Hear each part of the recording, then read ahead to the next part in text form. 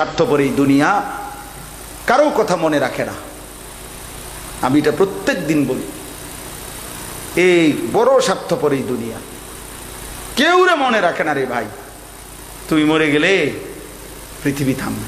এই milestone school and কলেজের যে এমন সুন্দর ফুটফুটে বাচ্চারা যে মারা গেল, কই পৃথিবীর ঘন্টার কাঁটা, সেকেন্ডের কাঁটা 1 মিনিট কি থামছিল? জীবনের কোলাহল কোনটা থেমে গেছে? হ্যাঁ,